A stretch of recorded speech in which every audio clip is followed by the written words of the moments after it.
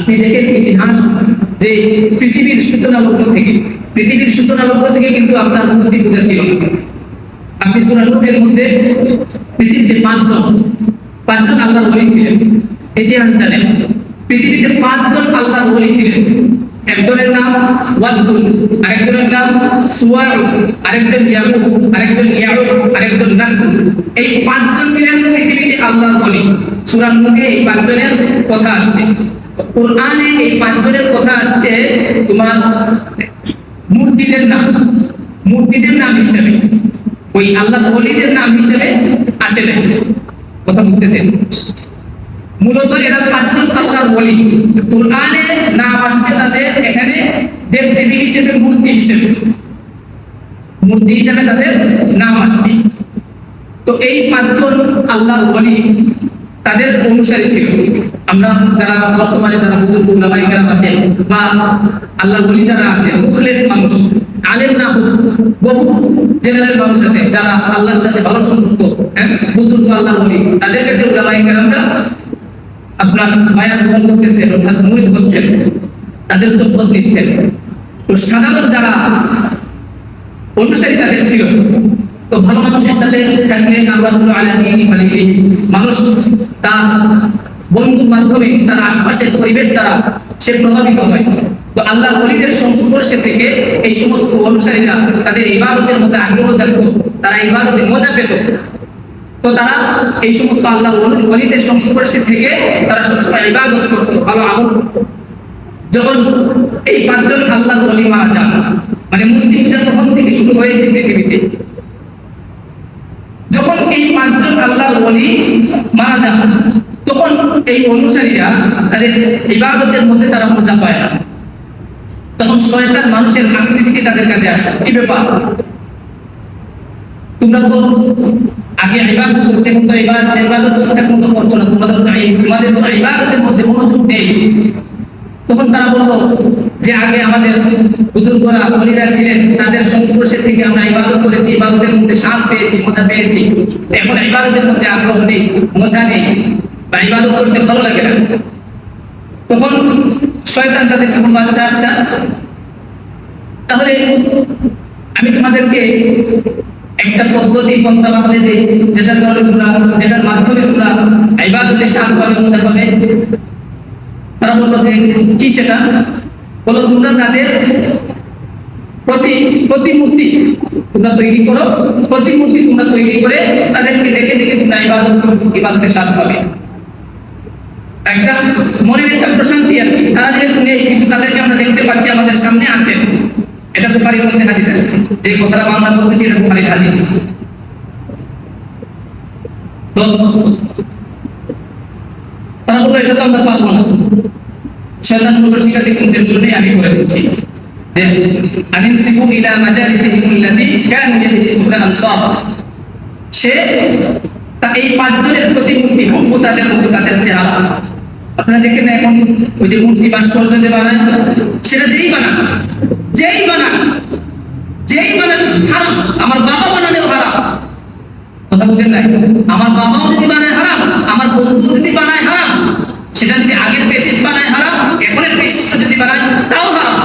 যেই বানাবে হারাম, হারাম তো হারাম, এটা তো কোনো ব্যাখ্যা নেই। হারামের কোনো ব্যাখ্যা আছে বলেন? আগে আমার ইমান। তো সে প্রতিমূর্তি তৈরি করলো, যে বললো যে এই প্রত্যেক ওলিরা যেই জায়গায় বসে ইবাদত করতেন, তোমরা ওই জায়গার মধ্যে এটা বসায় দাও, এরপরে তোমরা তাদেরকে দেখে ইবাদত করো। তো তারা তাই করলো। এখন তারা ইবাদতে মজা পায়, এখন তারা এদেরকে দেখে দেখে ইবাদত করতেছে, একটা আত্মতৃপ্তি আর কি, মনের প্রশান্তি। হাত্তা ইযা হালাকা উলাইকা ওয়া তানাসসাখা আল-ইলম, এই জেনারেশন যখন মৃত্যুবরণ করলো, এই অনুসারীরা, পরবর্তী জেনারেশন যখন আসলো, আচ্ছা এই জেনারেশন কিন্তু অনুসারীরা তারা কিন্তু এই প্রতিমা মূর্তি দেখে ইবাদত করতো, ঠিক আছে, কিন্তু প্রতিমাদের মূর্তিদের ইবাদত করতো না। লাম ইয়াবুদু, দেখে দেখে ইবাদত করতো, কিন্তু এদের ইবাদত করতো না, আল্লাহর ইবাদত করতো, কিন্তু সামনে এগুলা রাখতো, এদেরকে দেখে ইবাদত করতো একটু স্বাদ মজা পাওয়ার জন্য, কিন্তু এদের ইবাদত করতো না। কথা বুঝতেছেন?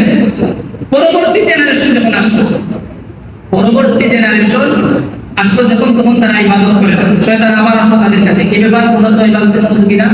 তখন তারা বলল, আমাদের পূর্বসূরি যারা ছিলেন তারা তো ওলিয়া উলিয়াদেরকে পেয়েছিলেন, তাদের সংস্পর্শে থেকে ইবাদত করেছেন, আমরা তো তাদেরকে পাই নাই, আমাদের ইবাদতের কি হতে পারে, বা আমরা এত কিছু জানি না, এজন্য আমরা ইবাদত করি না। তখন শয়তান তাদেরকে বলল, এই যে তোমাদের ওলিয়া উলিয়া, এই যে তোমাদের ওলিয়া উলিয়া দেবী, তাদের প্রতিমূর্তি, তোমরা এদেরকে দেখে তাদের সামনে তোমরা সেজদা দাও, ইবাদতের ফুল সাপ পেয়ে যাও। আউযুবিল্লাহ। সেই তখন থেকে এই মূর্তি পূজা, তখন থেকে এই দেবী পূজা শুরু হয়েছিল। এর আগে ইসলামের ইতিহাসে, পৃথিবীর ইতিহাসে কোন পূজা কিচ্ছু ছিল না। এজন্য আপনার আমার ঈমানটা হচ্ছে আগে, আপনার আমার ঈমানটা হচ্ছে আগে। ঈমানকে বিসর্জন দিয়ে, ঈমানকে আরাফতু রাব্বি বিফাসিল আজাই, পৃথিবীর সবকিছু পিছনে ঠেলে দিয়ে, পৃথিবীর সবকিছু পিছনে ঠেলে দিয়ে আমি আল্লাহকে চিনেছি। আগে হচ্ছে আমার আল্লাহ, হবে এটা মাথায় রাখবেন। কেউ যদি এই শিরকের সাথে লিপ্ত হয়ে যায় কোনোভাবে, আকারে ইঙ্গিতে, এটার কোনো ব্যাখ্যা হতে পারে না, এটার কোনো ব্যাখ্যা হতে পারে না, সে শিরকের মধ্যে লিপ্ত হয়ে গেল। আর শিরকের মধ্যে লিপ্ত হয়ে গেলে আমরা কুরআন থেকে, হাদিস থেকে জানলাম, সে যত বড়ই আল্লাহওয়ালা হোক না কেন, যত বড়ই বুজুর্গ হোক না কেন, শিরক নিয়ে যদি সে মারা যায়, নিশ্চিত জাহান্নাম। তার পিছনের সমস্ত আমল কি হয়ে যাবে? বরবাদ হয়ে যাবে, তার পিছনে সমস্ত আমল বরবাদ হয়ে যাবে। এজন্য মুসলমানের বাচ্চা যারা মুসলমান, যে নিজেকে মুসলমান বলে দাবি করে, মুসলমান বলে পরিচয় দেয়, সে যেন তার ঈমান নিয়ে যেন কবরে যায়। কারণ হতে পারে সে ঠিকঠাক আমল করতে পারতেছে না, কিন্তু ঈমানটা নিয়ে যদি সে কবরে যায়, একদিন না একদিন হলেও সে জাহান্নামের শাস্তি ভোগ করে, একদিন না একদিন হলেও সে জান্নাতে যাবে। কিন্তু শিরক করে যদি কবরে যায়, কোনোদিন সে জান্নাতে যেতে পারবে না। আল্লাহ স্পষ্ট বলেছেন, ইন্নাল্লাহা লা ইয়াগফিরু আন ইউশরাকা বিহি ওয়া ইয়াগফিরু মা দুনা যালিকা লিমান ইয়াশা। আল্লাহ সব মাফ করে দিতে পারেন, আল্লাহ সব মাফ করবেন, একমাত্র শিরক থেকে। শিরক আল্লাহ মাফ করবেন না। এজন্য আল্লাহ রব্বুল আলামিন আমাদের প্রত্যেককে, পৃথিবীতে যত বাতিল আছে, পৃথিবীতে যত তাগুত আছে, সব তাগুতকে, সব বাতিলকে অস্বীকার করে আপনার আমার আল্লাহকে মানা তৌফিক দান করুন। আমাদের ঈমানকে জাদ্দিদু ঈমানাকুম, আমাদের ঈমানকে নবায়ন করার তৌফিক দান করুন। সকলে বলি লা ইলাহা ইল্লাল্লাহ, লা ইলাহা ইল্লাল্লাহ, মুহাম্মাদুর রাসূলুল্লাহ, মুহাম্মাদুর রাসূলুল্লাহ, লা ইলাহা ইল্লাল্লাহ, অর্থাৎ there is no God but Allah।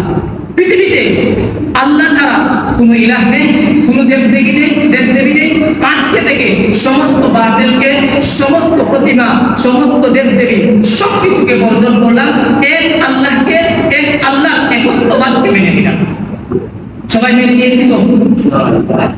প্রতিনিয়ত ঈমানকে নবায়ন করা, প্রতিনিয়ত কি করা?